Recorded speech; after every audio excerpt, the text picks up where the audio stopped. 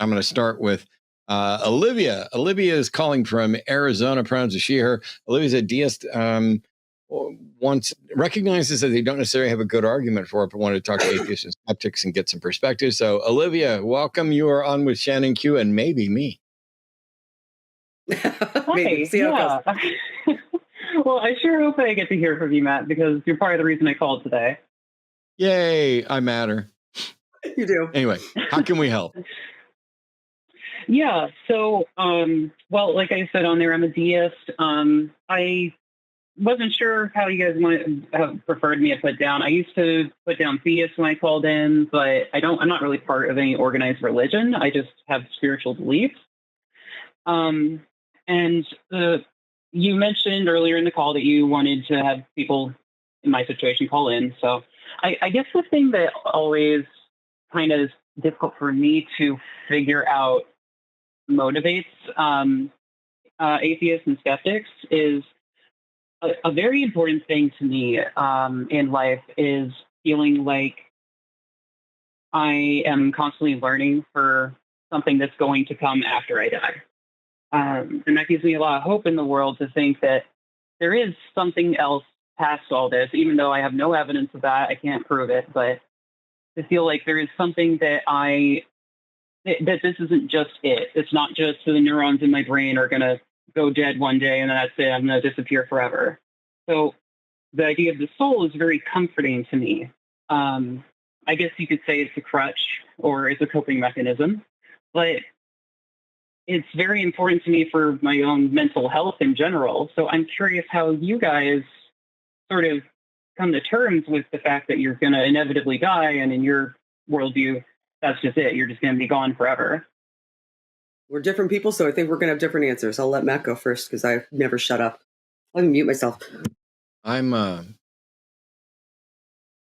probably really weird. I definitely believed in a soul. I believed in an afterlife. I was a fundamentalist Southern Baptist Christian. But when I figured out that I didn't have good reason to believe it, I didn't have any of the crises that some of my other former Christians have. And so I didn't, to me, I've described it before as it's as if somebody told me I was going to inherit $1 billion on my 30th birthday. And then I get close to my 30th birthday and I find out, oh, that's not true. I could spend the rest of my life lamenting the fact that I didn't get $1 billion and being mad about it and being upset. I don't work that way. And I'm very kind of pragmatic. As soon as I figured out, oh, this isn't true, I'm a little pissed off that somebody, misled me, but they were well-intentioned too, and they genuinely thought it was true. So I'm not mad at them. But it's very much there doesn't appear to be anything I can do about it. And when we talk about something like a soul, to me, there are a number of positions in various religions that are untestable, unfalsifiable, and yet they might be comforting, but there's no way to show that they're real. In this case, I think there's ways to show that the soul does not exist and probably cannot exist, at least as described in that sense. And so the notion of an afterlife that I would experience seems not just not demonstrably true, but demonstrably not true, or at least as close as we can get to it. And so I don't experience any existential dread or depression or anything about that, because I feel, instead of feeling like I've lost something, I feel like I've gained something, because instead of being tied to something, a claim that is at least not demonstrably true and possibly demonstrably not true, to borrow from Aaron, it's freeing. Like, I'm not stuck with a delusion. I'm not stuck with misinformation. Now I get to explore the world and say, okay, how should I live this one life that I know I'm going to get? And if there is an afterlife, isn't it just a bonus anyway? And until somebody gives me some way that I can do something about a potential afterlife, not my problem. I got better shit to do than worry about an afterlife that may or may not exist. So I just kind of keep going. My answer is going to be a bit different, but probably along a similar vein. So the soul was the thing that fell apart for me probably first because I studied neuroscience, and once you get down to the finite level, there's a lot of problems that really couldn't be answered for me when it comes to the soul, just knowing from neuroscience. And I won't get into that right now. And actually, this will probably help explain some of it. I was about to apologize because it takes me a bit to search for words now. One of the reasons I've been away from the show for a while, amongst a myriad of reasons, is I have multiple sclerosis and I have new lesions in my thalamus and my frontal cortex. I used to be able to effortlessly find a word, and now I kind of have to search for words when I'm speaking more so than I used to. So my apologies for that, but that kind of factors into the way that, my brain has had something happen to it that impacts, who I am and how I think. And that's one of the reasons that the soul fell apart for me. So once I was disabused of that and I just couldn't believe it anymore, even though I wanted to, I did want to believe it because, like you said, it was comforting. I liked the idea then, and I'm going to tell you why I don't even like it now. And I'm glad that I was disabused of it. I'll see my loved ones later, and I'll continue on. I didn't have to deal with my mortality in the same way when I was oriented in that manner towards what reality was when it came to like my longevity as an entity. Once I realized that wasn't the case, that my neurons, the sodium ion channels shut down, my neurons die, and that's the end of me as far as I'm concerned.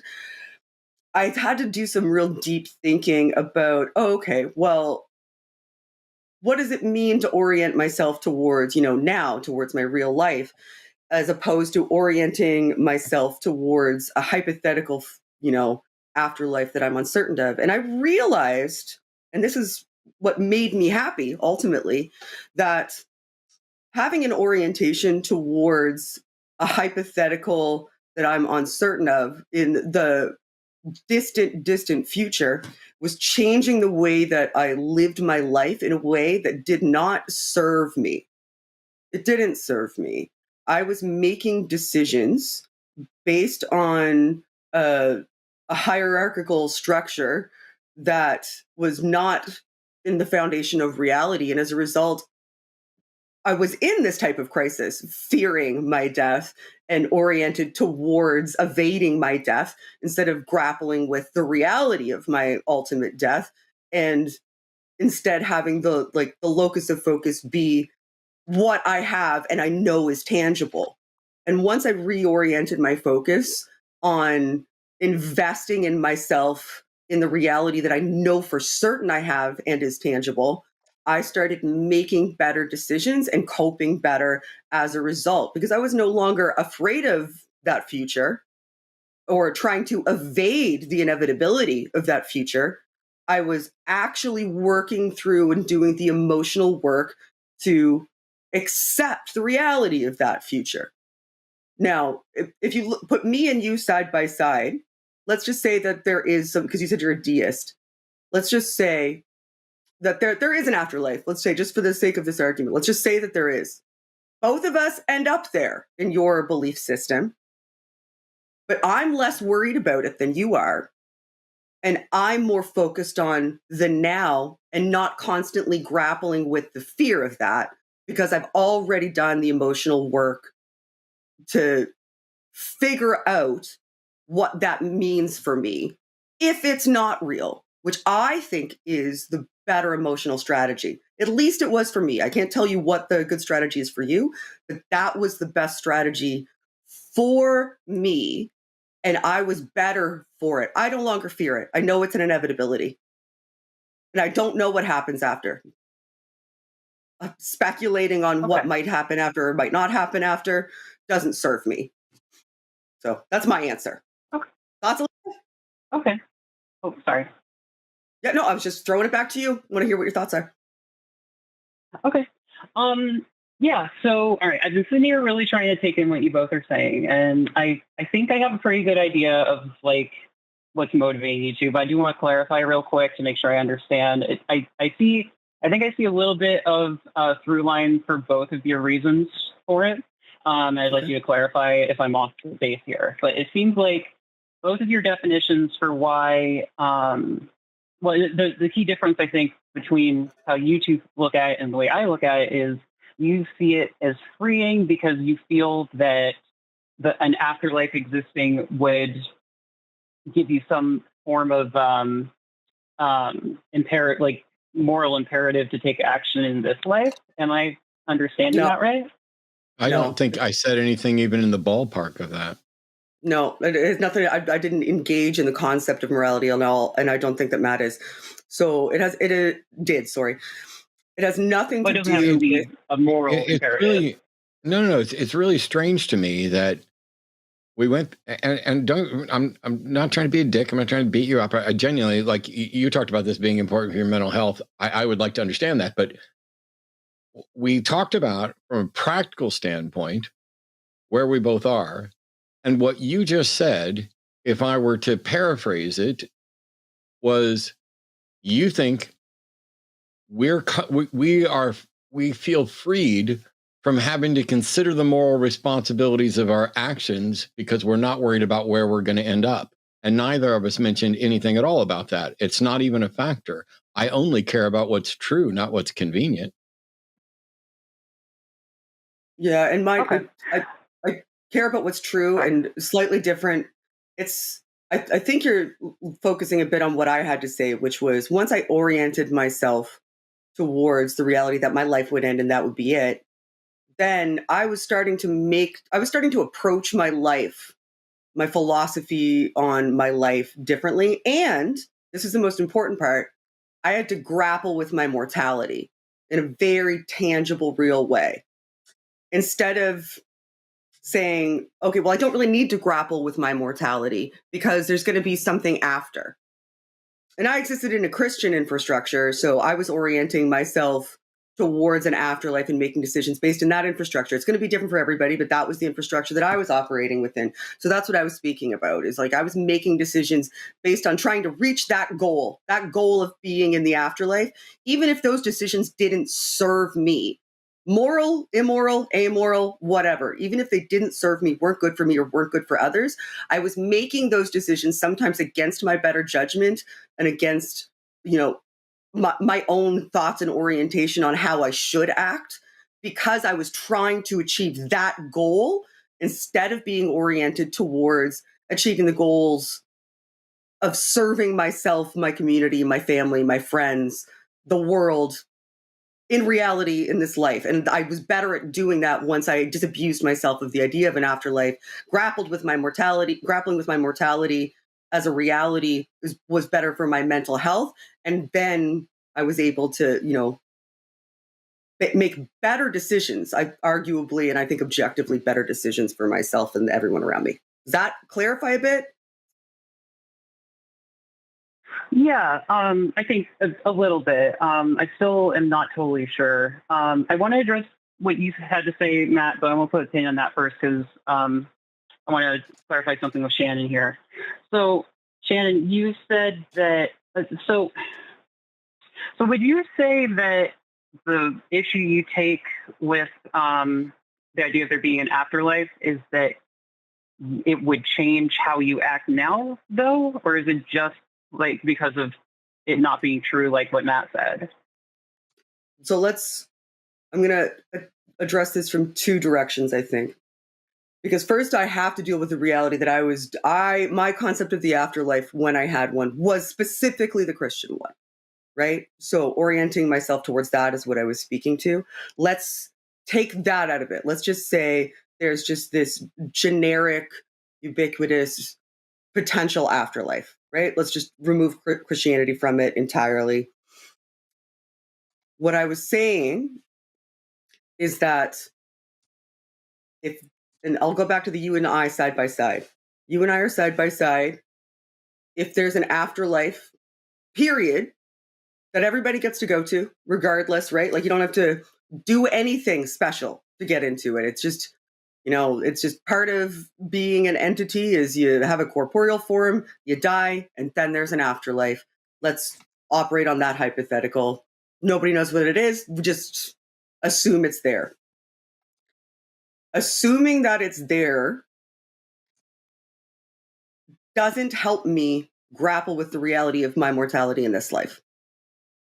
If anything, it helps me avoid grappling with that reality.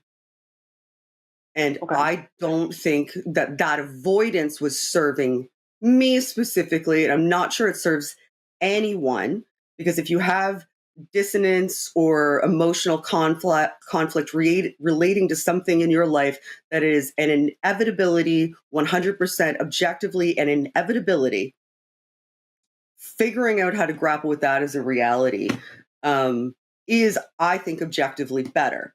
Assuming that there's an extra level to existence that there is no way to know is real. And I would argue there are ways to know that it isn't real, because I don't think that the soul is even possible for myriad reasons. That does not help me grapple with that reality. It orients me towards a coping mechanism instead of that it is arguably, I think, not real, and there's no way to know if it is. Like I would hope say, there's no way I can know that it is. It can be comforting. I can like the idea of it, but I can't know that it's a certainty. A comforting uncertainty doesn't help me grapple with and contend with and mitigate my emotions towards an inevitability that is an absolute certainty. So I like the strategy of grappling with the inevitability that's an absolute certainty better than assuaging that emotional conflict by a hypothetical that feels comforting but doesn't address the actual root of where that emotional conflict is sourced. Okay. And so this is really interesting to me, because everything you said just now makes a lot of sense. And I completely agree with you 100% about how it doesn't really matter whether there is an afterlife or not. In your case, because you're going to be dead if there is, or you'll be there if there is one, and then if there isn't one, then it doesn't matter. But for me, that looking at it from that perspective is really terrifying, and the opposite is comforting to think that it can be that I can expect there to be something, and then if there isn't, it doesn't matter because I'm dead and I won't care anyway. So why is that comforting? It's comforting for you because you don't like the idea of the inevitability of your mortality?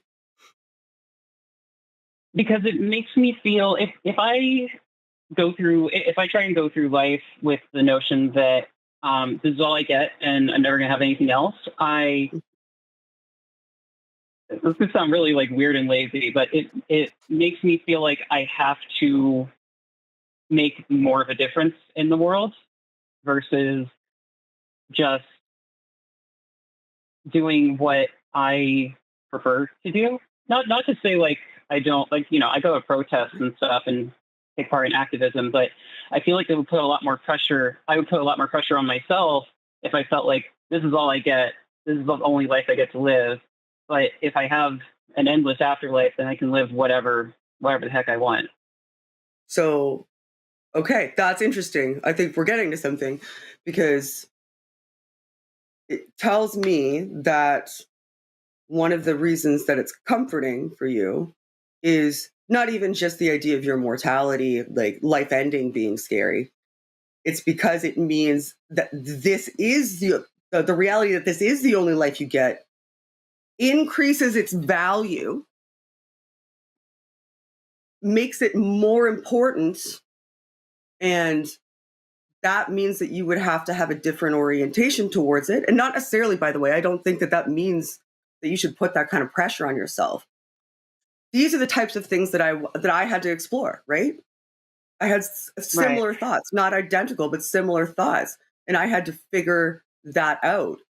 The idea of the afterlife, I realized, was an excuse for avoidance in many ways of things that I needed to and should contend with in order to be the best version of myself for myself and everybody else around me. And there might be an answer to that question for you that you're not exploring because the question is scary. You're assuming the answer is that you need to do more or that you're not providing enough value. you're assuming that's the answer, but you're able to avoid it because you're like, okay, well, I'm just going to exist forever anyway. So, I don't have to worry about that because I'll have forever. But I would like, even arguably, if you have forever, do you think that forever allows you to interact with this reality? And if not, why isn't that still a valuable question?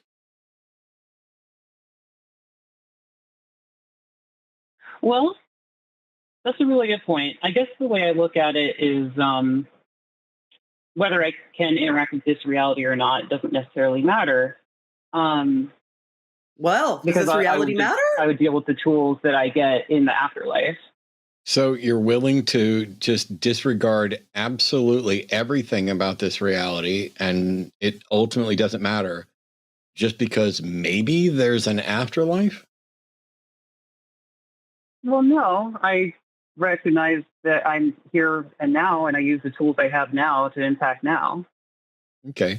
How much better are you at working in the reality you experience if you're worried about an afterlife that might or might not exist than if you're not?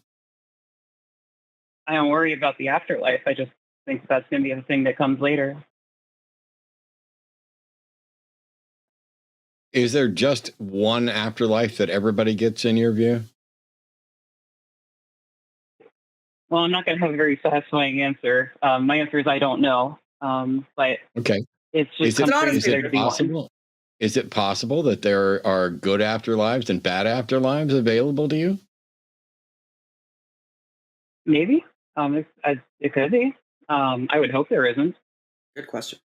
I would hope it's just equal. So going back to touch on my thing real quick to tie this together. When I was a Christian, how I acted had no bearing on my afterlife. My particular view of Christianity, which is fairly typical, is that you're either saved or you're not. You're either forgiven or you're not. You're either going to the good afterlife or you're not, based entirely on the grace of God and nothing that you do. God grants you the grace by which you exercise the faith to be a redeemed person, and you'll either go to the afterlife or not. So morality was irrelevant for anything other than living the right life to reflect the glory of God. And this came about, well, in my Father's house there are many mansions, and they're not all the same. And so your rewards in the afterlife were going to be based more about, did you serve? Did you, teach? Did you allow the Holy Spirit to work? Did you, reflect a morally upstanding life? But the disposition of your soul about whether you were going to heaven or hell had nothing to do with your moral actions. You could be a mass murderer and go to heaven. You could be nearly righteous and potentially go to hell if you weren't chosen, if you hadn't taken that step. Once I changed my view of morality to value morality as a primary consideration, that change happened whether there's an afterlife or not. I changed my view about morality, whether there is an afterlife or not, because I recognize that the life we're experiencing now is the only one I know for sure exists. And every second I spend worrying about some other afterlife that I don't have any way to do anything about is a second wasted. And if, in fact, we have a limited time, why would I want to waste it on that? And not just a matter of why would I want to. There's no path to, nobody's been able to show a path by which I can reach the right answer or even know if there is a right answer.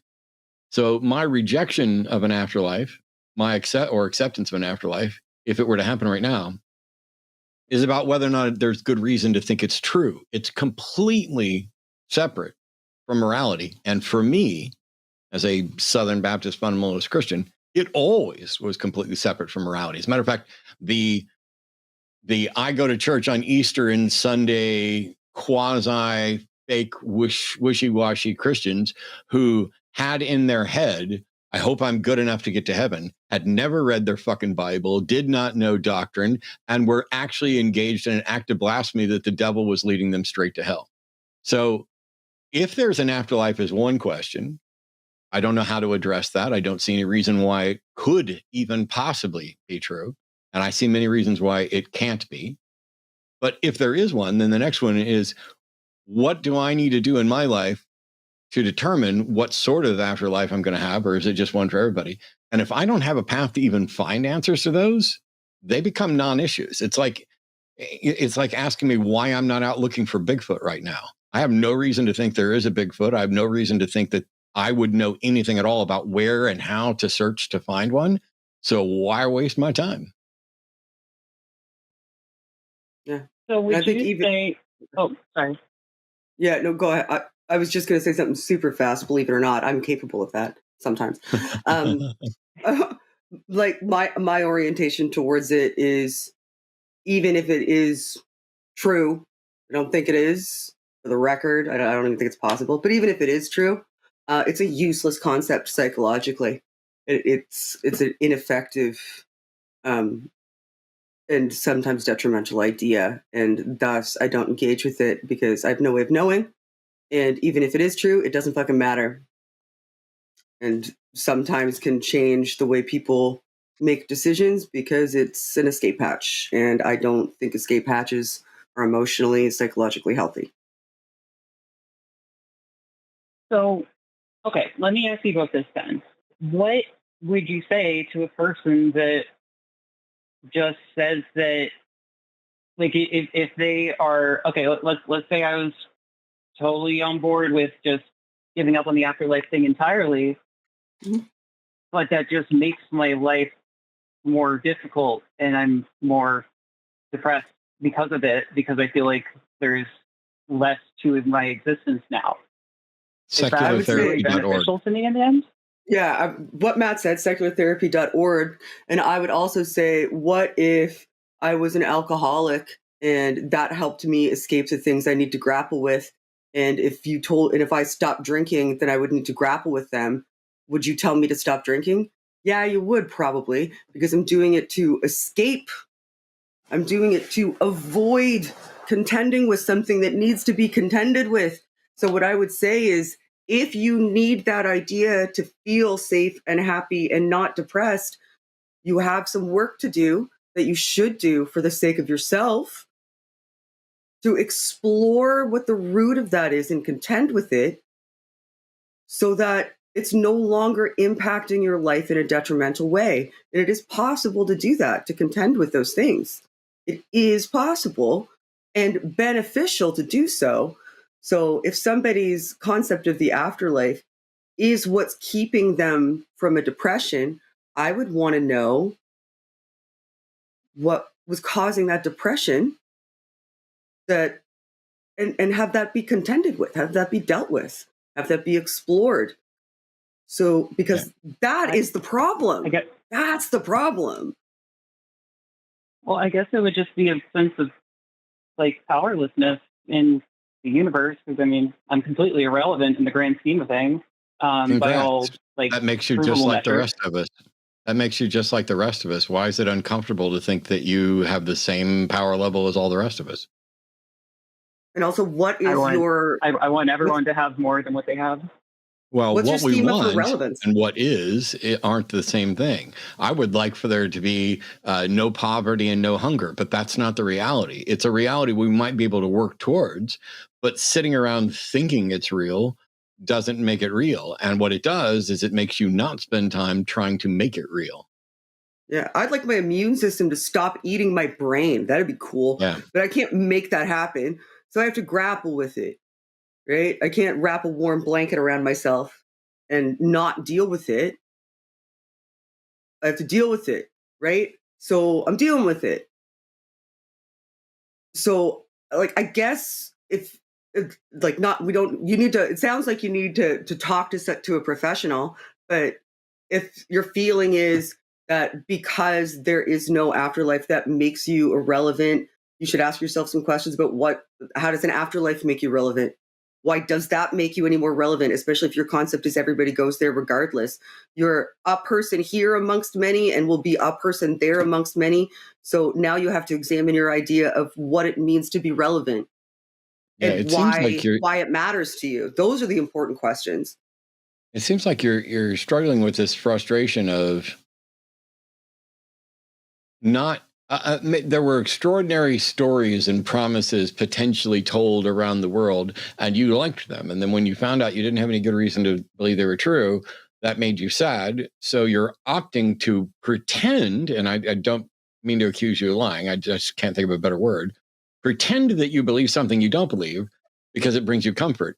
And what Shannon just asked is the question that I've been wondering, which is, what about this brings you any comfort? The notion that you think there is, or probably is, some sort of afterlife that you don't know anything about, don't know what it's like, don't know how to get there.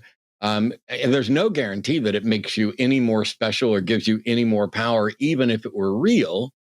And yet, for some reason, you find this nebulous thing that you have no way to demonstrate as real, comforting on a particular issue that I don't see a connection with. I mean, it's almost as if you told me, hey, believing in an afterlife increases the number of dollars in my bank account.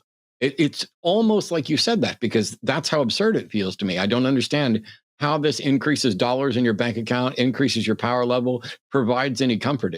It would, and I might be the weird one, it would absolutely destroy my sanity if I was sitting here engaged in levels of cognitive dissonance to be saying, oh, I'm really worried about this, so I'm going to pretend to believe this thing that I know I don't have good reason to believe, even though if it were true, it wouldn't fix the problem. Well, that's definitely a lot to chew on. You two make some very good points. I saw someone in the chat a little while ago say I believe in Pascal's placebo, which I thought was kind of funny. It's kind of funny, actually. Pascal's placebo. I like that. Good job, whoever that was in chat. I like that. You're not hired, but I'll consider it. Yeah, I don't want you to feel attacked, Olivia. And I know that sometimes these types of conversations can feel like that, especially because Matt and I both have a very way of communicating our ideas. Right. But ultimately, I'm concerned with people's well-being and their mental health. I'm very much invested in that. And when I hear you talking about this, what I hear through my lens of viewing the way these conversations work is there's some stuff that bothers me and I find it difficult to contend with. And that, like, it doesn't make me feel good. It gives me the to worry about that stuff. This is a way that I've found to feel better about it that seems to be somewhat working sometimes, or at least allows me to, avoid immediately contending with it every time it comes up, because it's a comforting counter thought. But it doesn't even sound like you fully explored why it's a comforting counter thought and critically analyze what even your concept is of the afterlife, why it would exist, what it would look like. It's this, generic, ubiquitous, not well flushed out concept that is emotionally comforting when it comes to contending with some things that are worth contending with. And I would love for you to be able to contend with those things and work through to the other side of them, because as somebody who's had to do it and done it, I'm glad I did. And I want more people to be able to do it, because I feel better now. I'm not bogged down by constantly trying to figure out if I can contend with it, what it would look like to contend with it. I did the work, and it is work, and I'm the better for it. So I would want that for you too. Could I ask one? Well, I know we've been going a long time here, but could I ask you one more quick question, Shannon? Yeah, sure. So Matt said something a little bit earlier that made a lot of sense to me, where he said that to him, my logic feels like I was saying that that believing in afterlife is similar to saying if I believe in afterlife, it is like that it puts more money in my bank account. Is that what you said, Matt? I don't want to misrepresent Yeah, something you. like that. That's Okay. It felt something like that. Okay. Shannon, do you feel the same way about that? I'm not Is sure that kind of how you interpret what I say? that believing in an afterlife is analogous to believing there's more money in your bank account, making you feel comfortable about financial stress. Is that what the analogy is? No. I just want to make sure I understand it. No. Then I don't understand, so I can't answer because I don't fully grasp what's happening. saying I probably didn't explain it very well. Saying that you believe there's an afterlife because it comforts you is like saying you believe in an afterlife because it actually increases the money in your bank account. There's no evidence of that happens, and there's no evidence that could possibly happen. And so when you tell me that that's your reason why, it's still, I mean, don't get me wrong, I'm grateful you took the prompt, you called in. I don't feel like I have a better understanding of how or why somebody can say, I believe something for which I recognize they don't have a good reason. But as we went through this, it was when you gave your reasons, even if we were to accept your reasons, there's nothing about your afterlife model that even under your description in any way should accomplish the goals that you're talking about. And yet that was your reason. And that's why, to me, it felt like you might as well be saying, my bank account has more dollars in it when it doesn't. I like that. Okay, now I understand it. And I also really like it because if you were able to convince yourself that was the case, then it elucidates some of the other problems, which are, if you really do believe that is the case, you're going to make different decisions as a result of believing that's the case. And some of them will be detrimental to you because it's not, you have no way of knowing if it is. And if it's not, and you commit yourself to spending that money or making decisions based on the idea that money is there, you're going to put yourself in debt. And you would have made different decisions, better decisions that were based in the foundations of reality that served you better and didn't put you in that, dangerous and detrimental situation. So I like that analogy because I think it also elucidates those. So yeah, I would agree with Matt. Now that I get it. Sorry that I needed clarification. So now Shannon is also correct. Okay, sorry. I'm also correct. Now. It took me a minute. But I got there. Please continue, Olivia. Sorry, we're assholes to each other, Olivia. It's not you. No problem. Okay, so with that established, I do want to clarify something. I guess I probably didn't explain this very well, and I think this is kind of where the disconnect is. I'm not looking at the afterlife as if it is something that's affecting me now. It's not that it's putting money in my bank account. It's that it's going to put money in my bank account after money has no value anymore and we're like in a post-money society, if that makes sense. Okay. Because it doesn't matter anymore. Is it contingent on you believing that's going to happen? No. Then it's an absolutely useless position. You have a belief, and your acceptance or rejection of that belief is irrelevant to whether or not it will happen, and it is an untestable, unfalsifiable proposition that you have no reason to think could happen.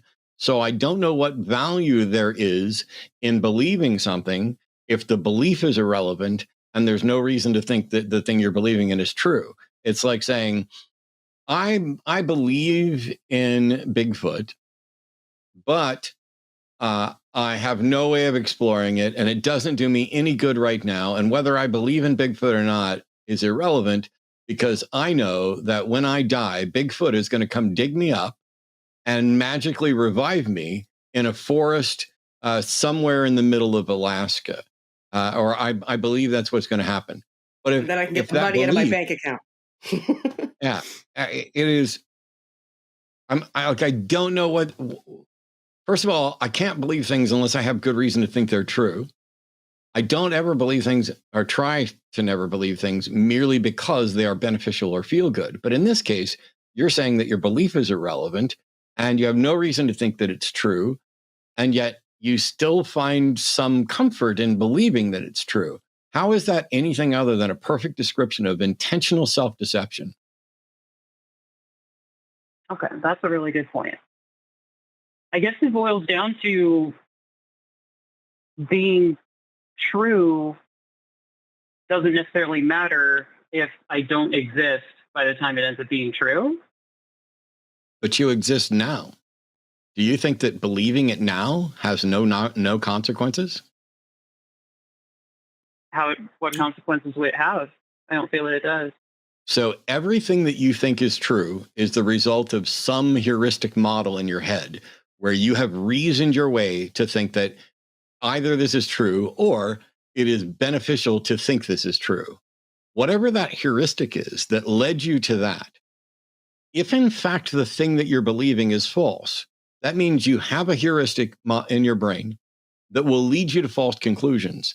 And you may use that same model of thinking, that same process, to evaluate other claims as well. It's like saying, hey, I've got a calculator and I'm going to trust it, whether it gives me the right answer or not. And somebody's saying, I don't think that's the right answer. It's giving you answers for things where we shouldn't even be able to calculate. Yeah, but I'm going to trust it. And so you take that calculator and you go around and start doing your bills. That's going to have some consequences. You could wind up completely broke or incredibly wealthy, but you have no way of knowing which one. Why would you willingly use a broken tool? Yeah. And there's also a reason why you're attached to the concept, right? Like, because I just heard you say, well, when I die, if it's true, then awesome. And if it's not true, I'll never know. So what does it really matter if I believe it or not? Well, you do believe it. Why? Why are you attached to the belief? Like, I think Matt and my brains maybe operate a little bit differently than some other people's, and I need to recognize that, where I'm not capable of having a belief that just exists because it feels like a warm blanket. I strive to, at least, or think I try to have beliefs that are based in tangible, provable things, and I am happy to sit in the discomfort of saying I don't know this, I don't understand it, maybe I'll never know. But you have yeah. Sorry. The other little thing about this, you're asking what harm could it do? Well, let's imagine that there is an afterlife out there, but it's not the one you believe. How much time are you going to spend looking for the right one if you think you've already found it? In fact, your false belief could prevent you from finding the only true afterlife that's out there. Yeah, that's a good point. Like, because it seems like a ubiquitous sort of generic afterlife that you believe in based on not necessarily reasons at all, but like, how do you know? Like, how do you know that exists? Did you explore all of the potential concepts of an afterlife? Like, what if you are striving for the wrong one? I'm not betting on a specific one. I'm betting pretty explicitly on I don't know, and whatever's going to happen. Now I'm back to the why. Happen. Why are you betting on that? Why do you need to bet? What's your collateral in this bet? Maybe it's something you need and should value and take care of instead of putting it up as collateral on this bet. Why are you betting? Jesus is going to fuck you up. I don't believe. I'm not Christian. It doesn't matter. What if it's true? If Christianity is true, Jesus is going to fuck you up, and it's going to be because you rejected a belief in part because you accepted something else, or you were betting on something else. Well, he would fuck me up anyway because I would never bet. I would never worship a God as evil as how Yahweh is portrayed. Okay, that's really convenient that you're going to take the high ground while taking the low ground on sound epistemology. Well, that's fair. I don't mean to be dishonest with that. I don't even know if it's just lots of people are capable of. I mean, I believe stuff probably for all the wrong reasons because I didn't fully explore things. I kind of trusted others and authority figures, and then didn't really invest in exploring concepts and making my own epistemology because that's the system I was brought up in. And there's vestigial components of that when you deconvert, and one of them is trying to figure out how you form beliefs. And sometimes we form beliefs not for good reasons, and then they stick with us for comforting reasons. And it sounds like you're talking to us right now, so you're willing to explore it. My primary concern is that it's a coping mechanism to address something. It sounds like I'm more and more convinced of that as we're calling, and I don't want something that you should deal with to be the best version of yourself to be collateral in a bet that you will never know if you win. Yeah, my thing is that I care about what's true, and I think it is fair to call it dishonest. I just don't view it as if you're like being a bad person or intentionally lying. You are acknowledging that you care more about what your personal preference for an afterlife is than what actual afterlife might exist. Oh, I won't worship that because that's a monster. Well, that's completely independent from whether or not that monster is real and whether or not there is some potential afterlife there. Oh, I don't want that kind of afterlife. Well, the kind of afterlife you want is irrelevant to the kind of afterlife you are or aren't going to get. And to me, it's just all I care about is it true? Is there something I can do about it? I don't give a fuck what sort of afterlife I would prefer or you would prefer or anybody else would prefer. To me, it's all sophistry and a waste of time. It is. And that's why I guess I'm confused as to what do you get out of inventing the thing that you'd prefer and acting as if you have and well, you're not even acting as if you have some reason to believe it. You're believing it while acknowledging you don't have a reason to believe it, and that you also don't care whether it's true. Well, the more that this is such a fascinating talk because, like, I forget which of you mentioned it before about how I have it. One of you said you don't think I've thought too deeply about this before, and honestly, you're probably right. And you've given me a whole lot to chew on here. Shannon said something before that I think is relevant to what you just asked, Matt, where she asked me why does it have to be a bet, and what is my collateral on betting? And I guess in my mind, the answer is I don't have to. It is almost nothing. And in my mind, I'm not betting anything, and there's a potential win. So I guess the Pascal's placebo thing is more accurate. But it's not a than potential win. First. You think everybody's going to win, and so you're not betting anything on something that everybody's going to win.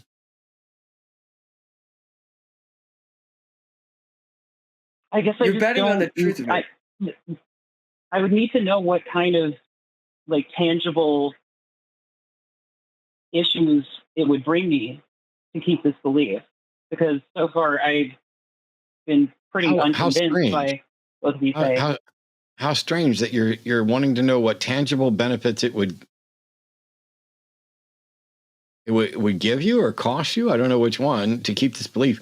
Why are you okay having beliefs to begin with that you acknowledge don't have good justification? Why is that okay? I mean, I guess that would basically go into solipsism, but my thought process is it's just not something I'm able to comprehend at the moment. Why do you want it to be true? Why do you feel attached to it? I think that's the answer.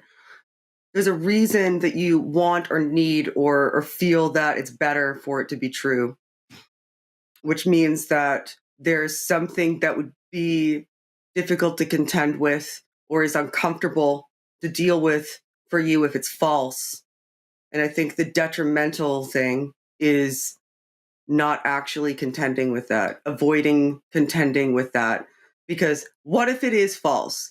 Let's Pascal's reality instead of Pascal's placebo. What if it is false and you never contend with whatever that is? You never grapple with it. You never operate within reality and see what contending with that means. And you just go to the end and then there's nothing after. And you never address that, even though it could have made things tangibly better for you in the now to not avoid dealing with that. Why not just deal with that? And I completely see where you're coming from, but I guess that the part that isn't making sense to me is like when Matt talked earlier about the idea of having a broken calculator.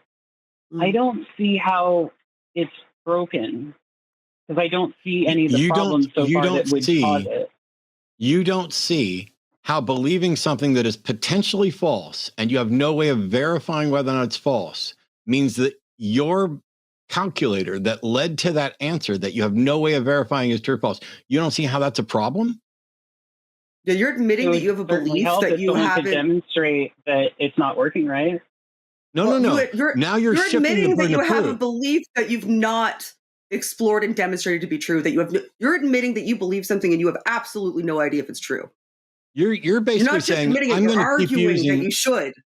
You're going to keep. You're saying you're going to keep using your calculator until somebody proves it's broken when you have no reason to think it worked right in the first place. It's never. You're not even checking the answers to see if those answers are true. You're just writing them down. You are engaged in a futile waste of time exercise that has no tie to the truth, and you don't see that that's a problem. I do. Yeah, I agree with that. That's what I'm trying to say. Is like if I was arguing ardently right now that there is a purple dinosaur with bird wings in the next room that no one can see, but I like the idea that it's there. It makes me feel better to know that it's there. And I mean, well, no one will ever know because every time you open the door, it disappears. Every time you open the door, it disappears, but it's there. I know that it's there. I like feeling like it's there. You would, that would sound weird, right? Because it should, because I'm manifesting it. It'll never be proven right or wrong. And I'm admitting that I just believe it because it's comforting. So that's not a great way to form beliefs, right? Shouldn't I figure out why it would be a problem for you to have your imaginary dinosaur? Because it tells you a lot about how I form beliefs, especially if I'm willing to go on a public platform and argue for it, right? That's like saying it. I don't care if I believe things that are true. It's important to me that I get to keep being comforted, even though it may or may not be true, and I have no way of proving if it is. And I could argue, like, if we could get into the weeds, I know we've been talking for a long time about why a soul isn't even possible. Like, I could do a PowerPoint presentation about how your neurons work and all of the problems with all of the different concepts of the soul. And it doesn't even sound like you've explored that either, which is a necessary precondition for there to be an afterlife, is that there has to be a non-corporeal form of you. And I don't believe that that's possible from first principles. So, like, why do you want to believe things that you can't demonstrate and people have demonstrated, I think quite well aren't viable? Why do you want to believe them? Why are you arguing? Like, you have the right to believe it. Are you arguing? Do you want us to tell you that it's cool? Because we don't think it is, I guess. That you recognize something. I don't expect you to care. I do care. Oh, we do care because we have to share a fucking planet with people who've decided that they don't give a shit about the truth. They're going to believe what they want to believe because it's comfortable. No, and they're going to keep doing it, forcing other people to not only do the hard work of finding the truth, but do the hard work of showing how this belief is actually harmful. If your tool is broken, your measurement is unreliable, period.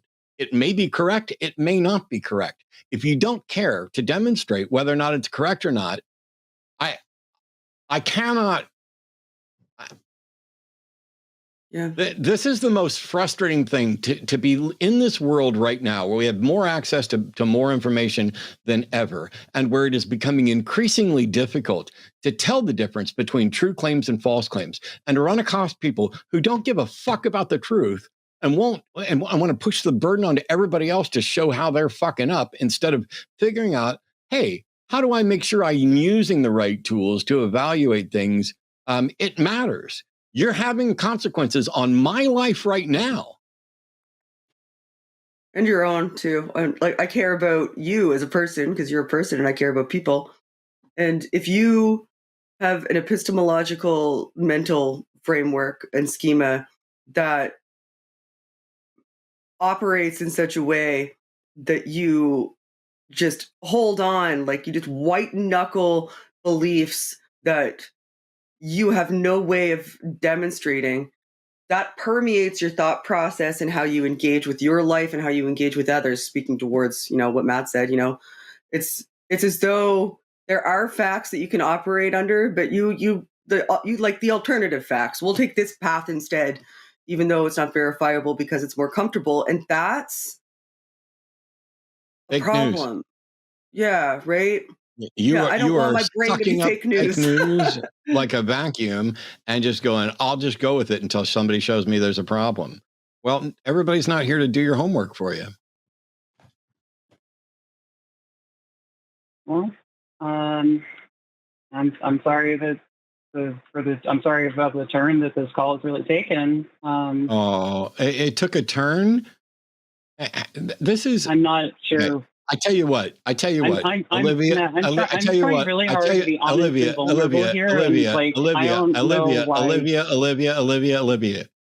We're going to let you go now. We've been talking for 55 minutes, and we've been here incredibly patient. We've been answering stuff. We've been pointing out things. And at the end of it now, you're going to be, this is taking a turn, because you're flat out saying, hey, I don't care if it's true. Hey, until somebody shows me that it's causing a problem, I'm going to keep going with it. And we've tried to point out what the actual problem is with that. And you are unwilling to consider that and just want somebody else to do the work for you. And then when we point out the brute fact of that, now the call is taking a turn. Okay, let's all pause rather than getting in a fight. And you go off and think about the tons of things you can rewind that Shannon and I said. And if you come up with this decision that you actually care about whether or not things are true, and you actually understand that running around believing whatever you want just until somebody shows you there's a problem is a bad idea, or if you come up with a good idea for what you believe, call us back. Okay. Thank you for your time. Thanks, Olivia.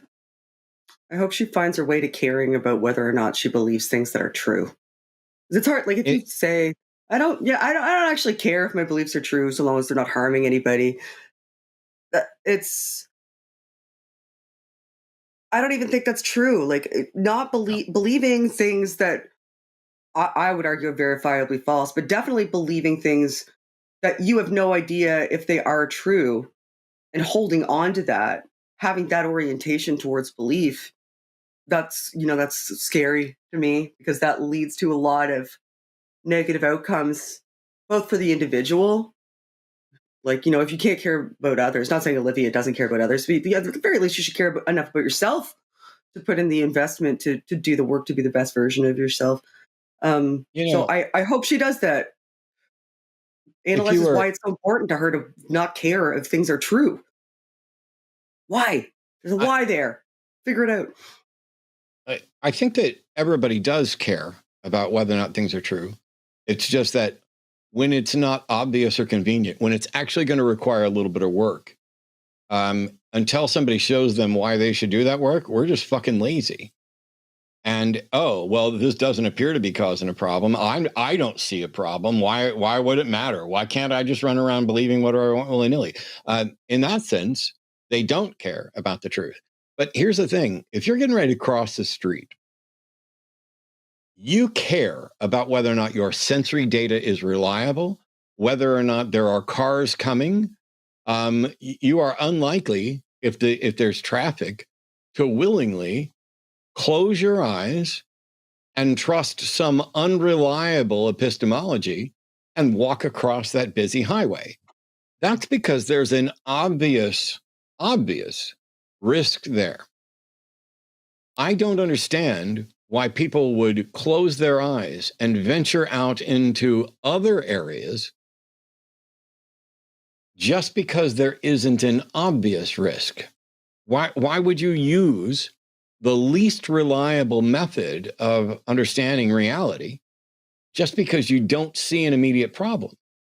I'm pretty sure that people have lost fingers and limbs in their lives by not realizing the potential risk of something. Yeah. Isn't it wiser to look at the potential risk? But it's also, you kept asking, why do you want to believe this? And I can appreciate that. I think it's important. But also, I'm not convinced that they do believe it. So there is the belief, I believe X, and then there is a belief about belief. I believe there's value in me believing X. And so you can believe the second one, which almost feels like you believe the first one, even if you don't believe the first one. I think like it. Sorry. That belief in belief, coming from Dennett and everything else. I think people confuse that because it's not like Olivia believes there is an afterlife.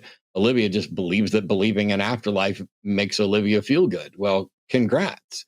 It's not even that it makes her feel good, I don't think. It's like trying to cover a hole in the wall with paint, right? It's not effectively working, but maybe it makes you feel good for a minute and you could just keep painting more. It's not covering the hole in the wall. Olivia's got some holes in her wall and she's trying to cover them in paint because she kept saying, out of her mouth, she kept saying, it's not that it makes her feel better if it is true. It's that she's afraid of dealing with what she needs to deal with if it isn't. That's fair. So that tells me from a psychological perspective that there are things she needs to deal with. And instead of dealing with them, she's arguing that she shouldn't have to because it doesn't hurt her to just hold this belief she can't verify that allows her to avoid dealing with them. And I think that's bad for her and everybody else. And I don't like that epistemology. So that's my perspective. I agree with you, but that's why I was asking about the why, because what I was hearing in the conversation is there's something at the root of this that needs dealing with. And I would prefer that she have the opportunity to do that and just be a better version of herself. That'd be better for her. And ultimately, if everybody did that, it would be better for society. Hey, if you liked that clip, you'd love the whole thing. Hit like, subscribe, leave a comment, patreon.com/calltheline. That one sucked. Use it.